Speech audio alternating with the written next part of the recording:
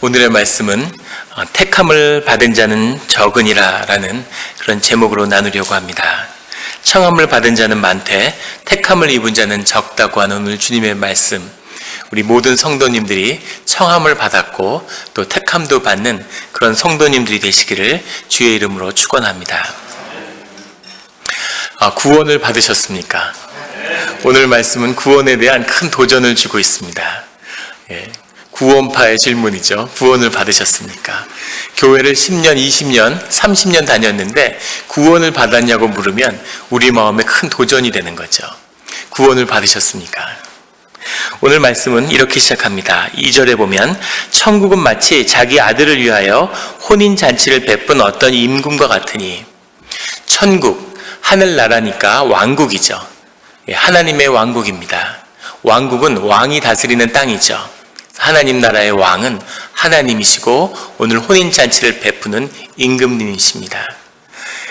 천국에 대한 비유뿐 아니라 우리 신앙을 이 혼인과 혼인잔치에 대해서 많이 주님이 비유로 말씀하시고, 또 우리가 우리의 신앙의 가장 깊은 수준을 예수 그리스도를 신랑으로 맞이하는, 우리가 그의 신부가 되는 그것의 비유로 말씀하시죠. 그만큼 결혼의 비밀이 크고, 또 예수 그리스도께서 가나안의 혼인잔치를 통해서 당신의 공생애를 시작했다고 하는 것도 역시 혼인잔치가 천국과 밀접히 관련되어 있다는 것을 우리에게 말씀하고 있습니다. 3절에 보면 그 종들을 보내어 그 창한 사람들을 혼인잔치를 오라 하였더니, 그 나라의 임금님이 혼인잔치를 열어서 손님을 청했다는 거죠. 그 나라에서 혼인잔치, 그 왕의 아들, 그 아들도 왕이 될 사람이죠. 그 왕자의 혼인잔치보다 더 큰 행사가 뭐가 있겠습니까? 가장 큰 축제죠. 제가 영국에 있을 때 그때 엘리자베스 여왕의 80세 생일이 있었습니다. 처음 가던 해였는데 지금은 90세 생일도 넘었죠. 근데 그 80세 생일을 하는데 온 나라가 들썩들썩해요.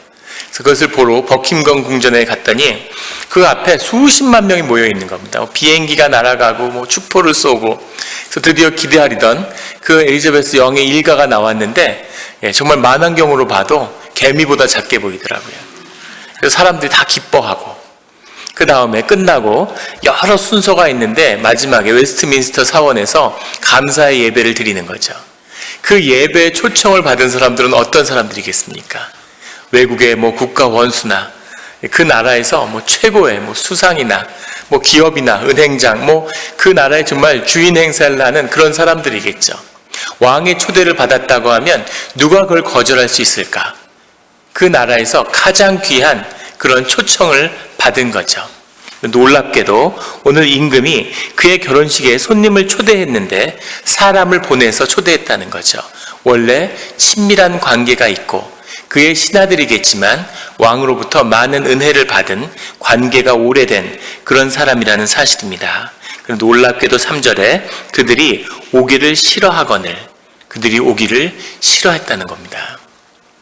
4절에 다시 왕이 다른 종들을 거듭 청하는 종들을 보내서 청한 것이죠. 내가 오찬을 준비하되 나의 소와 살찐 짐승을 잡고 모든 것을 갖추었으니 혼인잔치에 오소서, 이렇게 정중하게 다시 청했음에도 불구하고 5절에 보면 그들이 돌아보지도 않고 그 청을 한마디로 무시했다는 겁니다. 살찐 소를 잡으면 웬만하면 갈 것 같은데, 그런데 가지 않았다는 거죠. 한 사람은 자기 밭으로, 한 사람은 자기 사업하러, 다 자기의 삶의 자리로 가버리고, 심지어 6절에는 그 남은 자들은 종들을 잡아 모욕하고 죽이니, 그 종들의 그 청을 거절하고 모욕하고 죽이기까지 했다는 거죠. 왜 죽이기까지 했을까? 아마 신하들이기 때문에 내전이 일어나기 직전이거나 왕에게 반역하려고 하는 그런 마음을 먹지 않는 이상은 이 종들이 돌아가서 이 신하들이 어떤 식으로 반응했는지를 전하는 것 자체를 두려워했는지도 모르죠. 어떤 주석가는 이 신하들이 왕이 청한 혼인잔치에, 혼인잔치니까 혼인 예물을 들고 가야 되는 거죠. 부의금을 들고 가야 되는데 그게 부담스러워서 거절했을 거다. 왜 거절했을까?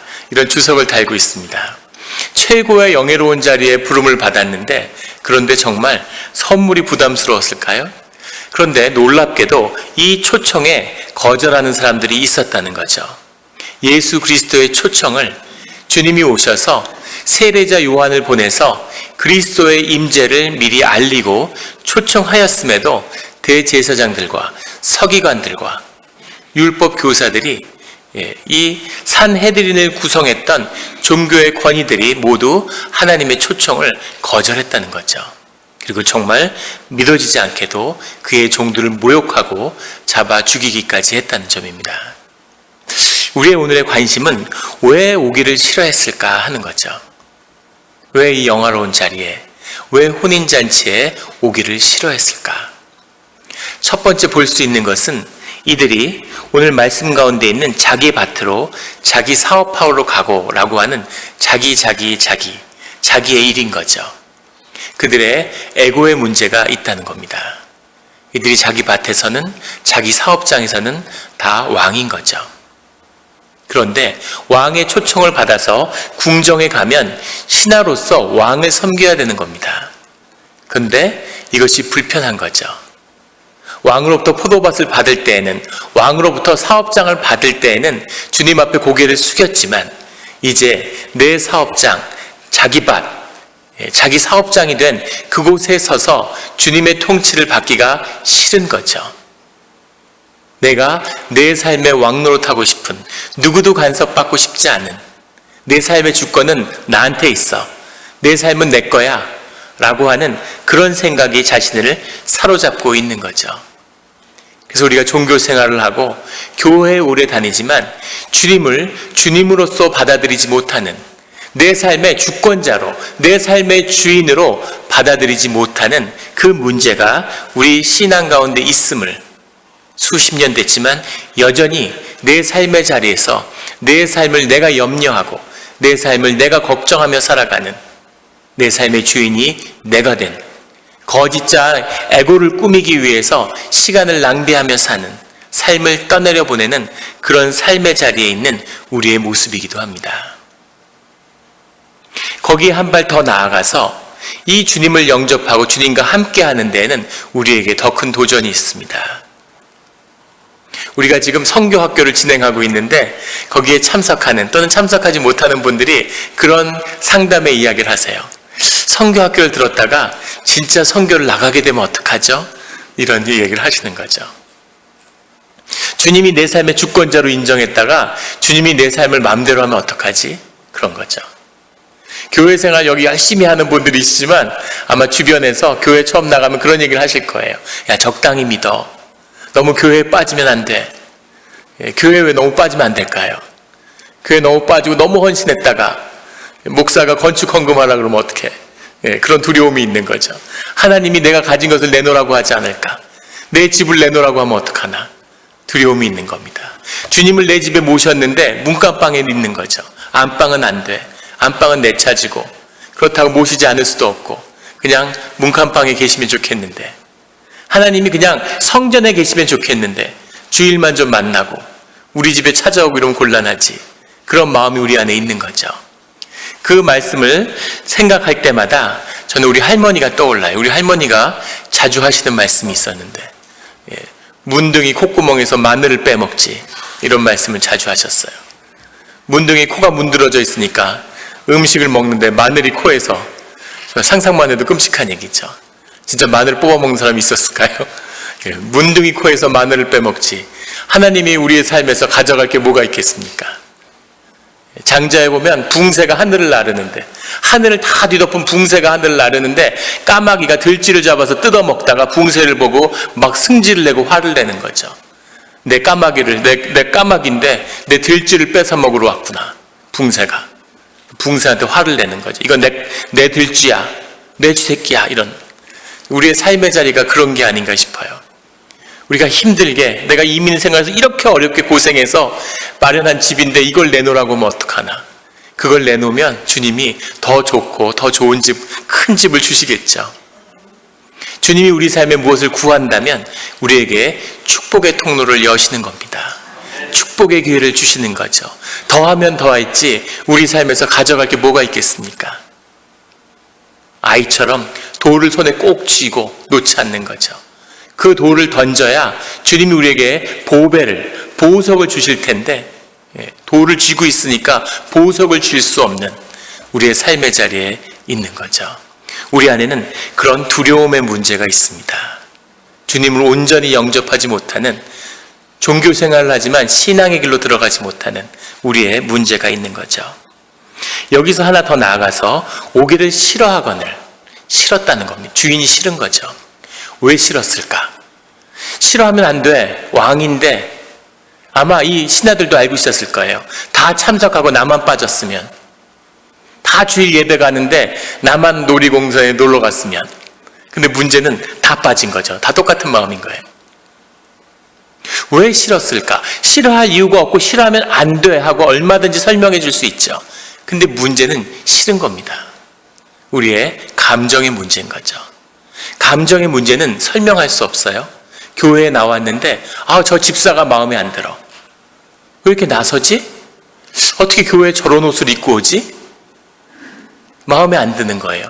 마음에 들지 않으면 안 돼. 미워하면 안 돼.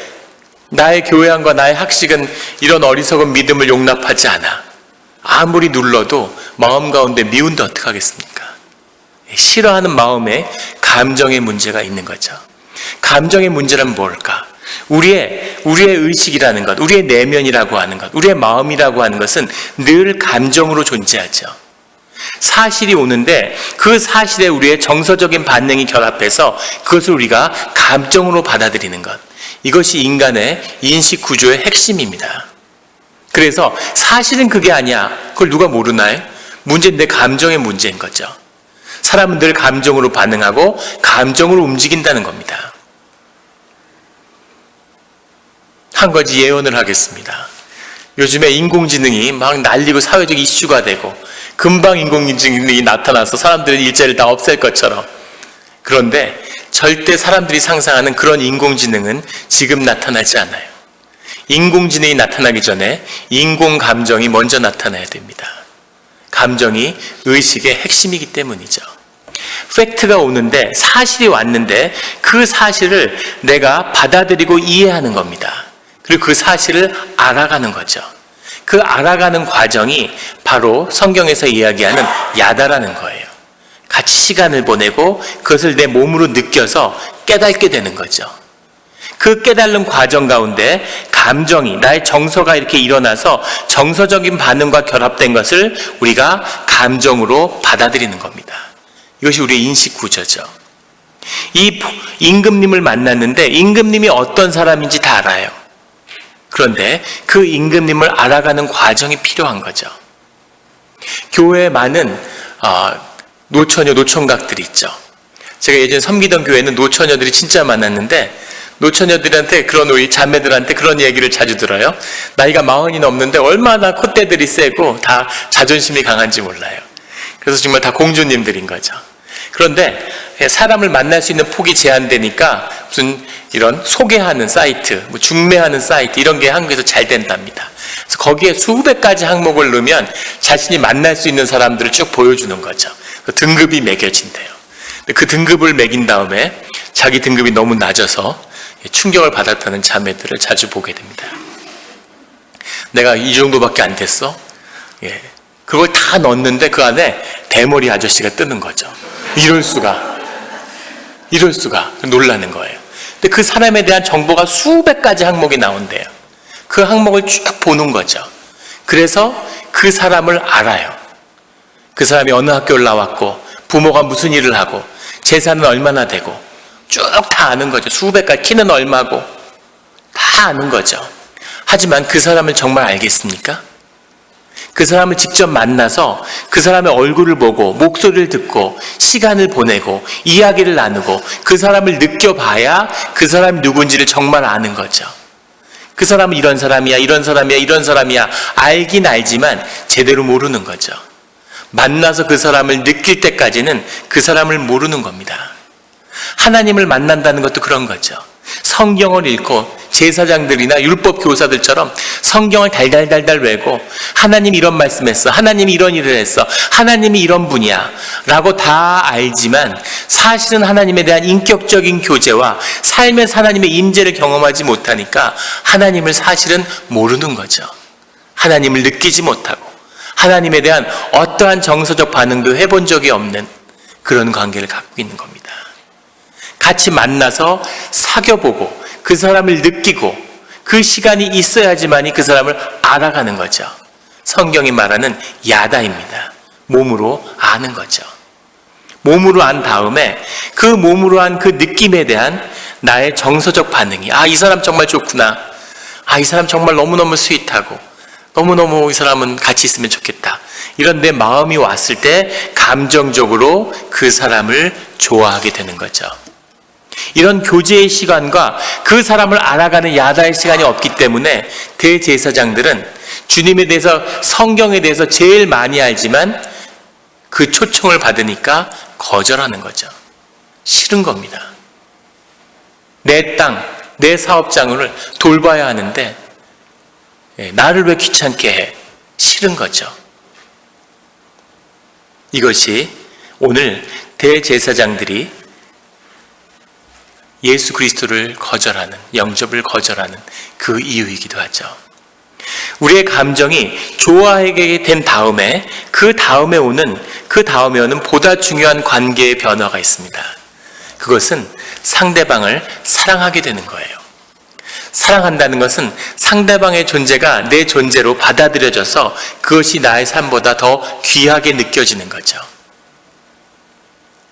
우리가 자녀를 사랑하기 때문에 자녀를 위해서 어떤 희생을 해도 그것이 기쁨이 되고 감사한 거죠. 자녀를 키운 게 내 삶에 플러스가 될 것이 없었음에도 불구하고 수많은 마이너스가 됐지만 그것이 내 삶을 더 빛나게 하고 나를 더 기쁘게 하는 겁니다. 사랑을 한다는 것은 그 핵심은 같이 인생을 낭비하고 시간을 낭비하는 것입니다. 자녀를 사랑하기 때문에 자녀와 시간을 낭비하죠. 그래도 그것이 기쁨이 되는 거죠. 연인들이 같이 연애할 때 기억하실 거예요. 괜히 공원을 같이 다니고 집에 버스 정류장에서 집까지 남자가 데려다주고, 그럼 여자는 다시 남자를 버스 정류장까지 데려다주고, 남자는 다시 여자를 집까지 또 데려다주고, 너가 먼저 가, 너가 먼저 들어가, 이러면서 진짜 할 일 없구나, 이런 시간을 낭비하는 거죠. 좋고 사랑하니까. 교회 생활은 어떻습니까? 하나님을 사랑하고 교회를 사랑하니까 교회에서 시간을 낭비하는 거죠.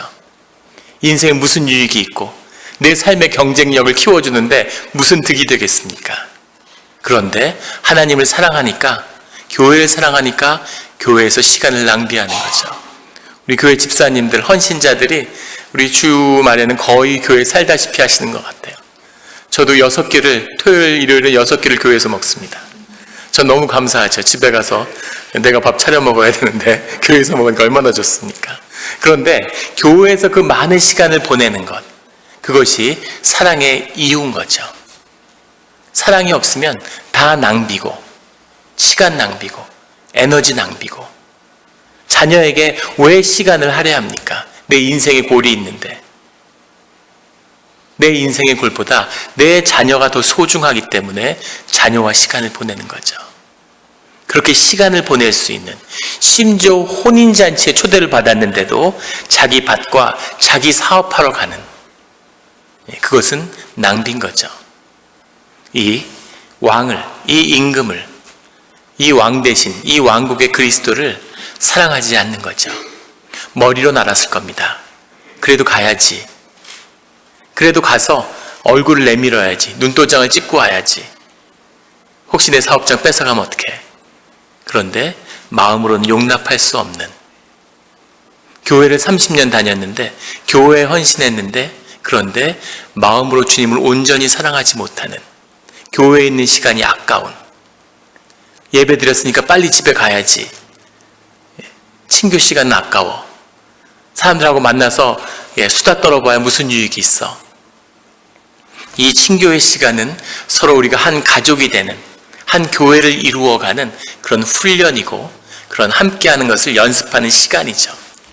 함께 시간을 낭비하기 때문에 같이 가족이 되어가는 겁니다. 하나님을 진정 사랑하는 것이 신앙의 중심이 된다고 하는 것을 오늘의 말씀은 보여주고 있죠. 그런데 우리를 어렵게 하는 사람이 또 한 명 있습니다. 10절에 나오는 아무도 청함을 받은 사람들이 오지 않았기 때문에 왕들이 길에 나가서 악한 자나 선한 자나 만나는 대로 모두 데려오니 혼인잔치에 손님들이 가득한지라. 교회에 주님의 혼인잔치에 사람들이 가득한 거예요. 선한 자도 오고 악한 자도 오고 모든 사람들이 와서 혼인잔치를 가득 채웠습니다. 그런데 11절에 임금이 손님들을 돌아보러 들어올새 거기에 예복을 입지 않은 한 사람을 보고, 아니 오고 싶어 온 것도 아니고 청함을 받아서 왔는데 예복을 입지 않았다고 그걸 문제 삼아서 그걸 묶어서 어두운 데 던져버릴까 사람을. 이 사람은 무슨 횡예가 이렇게 당하나. 그런데 그 당시에 이 결혼의 예식에는 사람들을 초청하면 그 사람들에게 예복을 준비해서 입혀줬다고 그래요. 모든 온 하객들이 다 그 예복을 입은 겁니다. 저는 그런 식당에 가보지 못했지만 진짜 고급 식당에는 드레스 코드라는 게 있대요. 그래서 옷을 입어야 되는데 넥타이를 안 매면 그 식당에서 식사를 못 한답니다. 그래서 제가 관광객들이 오면은 양복 입고 관광 오는 사람은 없으니까 이제 그 식당에 못 들어가는 거죠. 그런 분들을 위해서 식당에서 넥타이하고 이런 자켓을 준비해 놔서 입장할 때 그걸 입고 넥타이를 메고 들어간대요. 그래서 티셔츠 입고 여행 갔다가 티셔츠 입고 넥타이를 메고 식사를 했다는 분 얘기를 들어본 적이 있습니다. 그것처럼 결혼 예식에는 거기에 합당한 예복이 있어야 되는데 예복을 준비하지 않은 사람들에게 예복을 제공한 거죠. 예복을 다 입고 왔는데 그 중에 예복을 입지 않은 사람이 있는 거예요. 그래서 그 임금이 이 길에서 데려온 사람에게 가서 직접 물어봤습니다. 12절에 친구에 어찌하여 예복을 입지 않고 여기를 들어왔느냐라고 물어보니까 그가 아무 말도 못하는 거죠. 예복을 입지 않은 것이 문제가 아니라 예복을 입지 않은 이유가 없는 거죠. 그러자 주인이 화가 나서, 임금이 화가 나서 13절에 사환들에게 말하되 그 손발을 묶어서 바깥 어두운 데에 내 던져라, 이렇게 얘기하는 겁니다. 그냥 쫓는 것도 아니라 묶어서 어두운 데로 내 던지는 겁니다. 징계를 받는 거죠. 임금으로서. 왜 이렇게 임금을 화나게 했을까요? 이 예복의 의미가 무엇이었을까? 교회 안에 온 우리가 하나님에게 예배하는 합당한 자가 되는 그 길이겠죠. 우리가 회개하고 주님의 깨끗한 그릇을 이루는 그것을 의미하는 것일 겁니다. 그런데 우리가 주목해야 할 것은 이 사람은 왜 예복을 입지 않았을까 하는 거죠. 와서 밥만 먹고 가려고 했나 보죠. 결혼식도 한번 보고 밥도 먹고. 그런데 굳이 왜 다 입는 예복을 이 사람은 입지 않았을까라는 그 문제의 중심에는 권위의 문제가 있습니다. 예식장의 권위를, 임금의 권위를 받아들이지 않는 거죠. 권위라고 하는 것이 굉장히 중요해요. 권위를 잘 학습하고 권위를 만들어내고 권위를 내면화하는 것이 인생과 이 사회의 비밀입니다. 미국이 독립을 했는데 전 세계에 찌질한 사람들이 다 모였어요. 유럽에서 그 사회에서 학대받고 찌질한 사람들은 다 모였습니다. 찌질한 사람들이 다 모여서 나라를 만들면 세상에서 가장 찌질한 나라가 되어야 되는데 그 나라가 세계에서 가장 부유하고 세계를 이끌어가는 나라가 된 거죠. 그 힘이 어디서 왔을까요? 그 힘이 하나님의 예배를 사모하는 하나님 안에서 주님의 권위를 이 땅에 세웠기 때문입니다. 권위가 세워지지 않는 나라들이 다 무너지죠. 중남미의 나라들을 보면 아무리 자원이 풍부해도, 아무리 그 나라의 역사와 전통이 있어도 그 나라의 권위가 무너지면 어떻게 되는가를 보여줍니다. 그 회사에 권위가 있는, 권위가 바로 서 있으면 그 회사가 잘 되죠. 군대에 그 지휘관이 권위를 갖고 있으면 그 부대를 대적할 부대가 없습니다. 그 사회가 번영하고 그 사회에 무언가 성취를 이루어가는 것은 그 사회의 권위를 만들어가는 거죠. 그런데 비극적인 것은 한국 사회는 그런 권위를 만드는데 어려움을 갖고 있다는 거죠. 미국이 제일 잘하는 거고 한국이 제일 못하는 겁니다. 권위가 없기 때문에, 권위를 만들지 못하기 때문에 사람들이 30만 명씩 미국에 유학 와서 갖은 고생을 하고 돈을 쓰면서 미국에서 학위를 받아요. 국내에서 받는 학위는 아무 의미가 없어. 미국에 가서 미국의 권위 아래서 학위를 받아와야 의미가 있는 거죠. 전 세계에 그런 나라는 한국밖에 없어요. 한국 사람들이 이렇게 똑똑한데 일본에 유학 가서도 영국에 유학 가서도 깜짝깜짝 놀라는 건 거기 사는 사람들이 국민들이 너무너무 멍청한 거예요. 미국은 어떻습니까? 잘 아시잖아요. 저희 어머니가 오셔서 아울렛에 갔는데 무슨 80불짜리 옷인데 이렇게 저렇게 막 할인이 되는 거예요. 크리스마스 이후라 가지고 한 서너 가지 할인이 겹쳤어요. 그래서 100불을 주니까 한 5분을 두드리더니만은 160불을 잔돈으로 주더라고요. 근데 그런 일이 몇 번이 계속 생기는 거예요. 그래서 저희 어머니가 박수를 치면서 그렇게 좋아하면서 웃으시더라고요. 미국 사람들 어떻게 이렇게 멍청하냐고. 사람들이 멍청한 거죠. 영국도 멍청한 겁니다. 가서 보면 어떻게 이런 사람들이 전 세계를 석권하고 지배했을까? 그 사람들이 권위에 순종하는 것을 훈련하고 배운 거죠. 사람들은 멍청한데 똑똑한 사람을 지도자로 세워서 그 사회를 이끌어가는 법을 아는 거예요. 한국 사람들은 전 세계에서 가장 똑똑한 민족인데 나보다 똑똑한 사람은 꼴을 못 봐. 그래서 그 사회에서 가장 멍청한 사람을 지도자로 세우는 거죠. 다 흡족해. 그런데 나라가 어지러워지는 겁니다. 이것이 한국인의 비극이죠. 한국인들은 왜 이렇게 권위에 취약할까? 좋은 권위를 배우지도 보지도 못했기 때문이죠. 좋은 권위를 내면화하고 권위를 잘 학습한 사람들이 어느 분야에 가나 성공합니다. 그 사회에서 어떻게 성취를 이뤄가야 하는지를 알기 때문이죠. 그 힘을, 사회의 힘을 어떻게 이용해야 되는지를 내면화하고 알고 있기 때문입니다. 근데 한국인들이 그걸 모르는 거죠. 자영업은 잘할 수 있지만, 내 사업장은 잘할 수 있지만 큰 회사에 들어가서 성공하기는 어려운 거예요. 그걸 어디서 배웠겠습니까? 임진왜란 때 왜군이 부산포에 상륙했는데 딱 한양성을 점령하는데 2주가 걸렸어요. 오늘날 특전사가 천리행군이라는 걸 하는데 부산에서 서울까지 딱 2주 걸린답니다. 계속 뛰어온 거죠. 걸어가지고 서울까지. 한양성에 들어갈 때 한양에 불이 났는데 우리가 중고등학교 때 왜군이 쳐들어와서 불을 질렀다고. 근데 사실 조선왕조실록을 읽어보면 아픈 진실이 들어있죠. 아픈 진실은 왕이 도망가니까 백성들이 화가 나서 도성에 불을 지른 거예요. 왜군이 아직 한양성에 들어오지 않았습니다. 자기네 나라에, 자기네 왕궁에 불을 지른 거예요. 6.25가 터져서 대전으로 정부가 도망을 갔는데 대전에서 서울을 사수하겠다고 발표를 했죠. 서울을 사수하니까 서울을 떠나지 말라는 방송을 대전에서 했습니다. 그리고 도망가면서 한강교를 끊었죠. 도망가고 같이 도망가게 길은 열어줘야지. 먼저 도망가고 사람들한테 도망가지 말라 그러고 도망갈까봐 길을 끄는 거죠.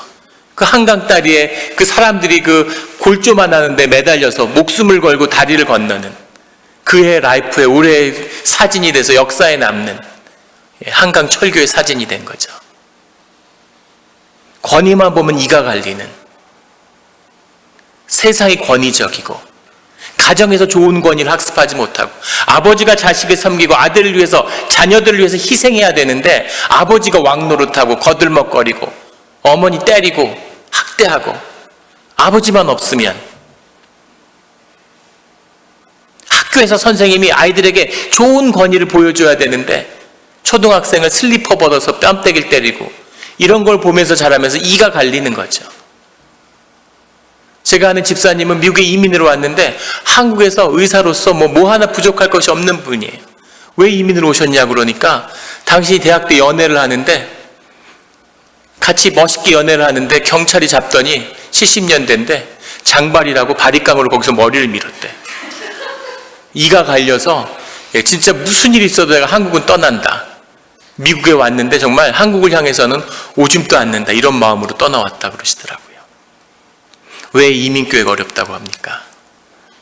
한국도 권위가 없는 사회인데 그 권위가 이가 갈려서 이민으로 온 분들이 모여 있는데 여기서 어떻게 권위를 만들 수 있을까요? 교회 안에서 권위를 세워가는 겁니다. 권위에 훈련받는 거죠. 권위에 순종하는 그것을 훈련하는 것이 교회예요. 하나님의 권위를 존중하고 그 사명을 부여받은 사람들을 존중하는 것, 거기에 순종하는 것을 훈련받는 것이 교회죠. 그런데 그게 싫은 거죠. 권위만 보면 공격하려고 그러고, 권위만 보면 파괴하려고 그러고, 무정부 아노미 상태에서 내 마음대로 하는 거지. 교회는 내가 나오고 싶으면 나오고, 나오기 싫으면 안 나오고, 헌금은 하고 싶으면 하는 거고, 빈정상하면 안 하고, 애찬도 기분 좋으면 가서 참석해서 밥 먹고, 오늘 기분 나쁘면 그냥 집에 가고, 내 마음대로야. 이것이 우리의 신앙의 자리가 아닙니까? 그런데 그 예복을 입지 않은 자들은 차라리 결혼 예식에 오지 않은 자들은 괜찮지만, 옷을 입지 않고 이 예식장의 청함을 받아온 자들은 손발이 묶여서 어두운데 음부로 던져짐을 당한다는 겁니다. 이것이 우리가 섬기는 주님 앞에 서 있는 우리의 자리인 거죠. 오늘 말씀 가운데 청함을 받은 자는 많되 택함을 입은 자는 적으니라. 중세에 당나귀의 비유가 있습니다. 당나귀가 이렇게 있는데 왼쪽에는 여물통을 하나 두고 오른쪽에도 여물통을 하나 둔다는 거죠. 두 개의 여물통을 두면 이 당나귀 눈이 양쪽에 이렇게 있잖아요. 초식동물들이 다 그렇듯이 빨리 도망가야 되니까 육식동물을 보면 이 360도 파노라마 비율을 확보하기 위해서 눈이 앞에 달린 게 아니라, 육식동물도 눈이 앞에 달려있죠. 움직임을 쫓아야 되니까. 초식동물들은 눈이 옆에 달려있죠. 그래서 양쪽에 있는 여물통이 다 보이는 거죠. 왼쪽의 여물통을 보면서 왼쪽으로 가는 겁니다. 그 여물을 먹으려고. 가다 보면 오른쪽 눈이 오른쪽의 여물통을 보여주죠. 그럼 다시 오른쪽으로 가는 겁니다. 그럼 다시 왼쪽의 눈이 왼쪽의 여물통을 보여주죠. 오른쪽으로 갔다가 왼쪽으로 중간에서 왔다 갔다 하다가 당나귀가 굶어 죽는다는 거예요. 당나귀는 어리석음의 상징을 보여주는 거죠. 혹시 그 당나귀가 우리의 모습은 아닐까 생각하게 됩니다.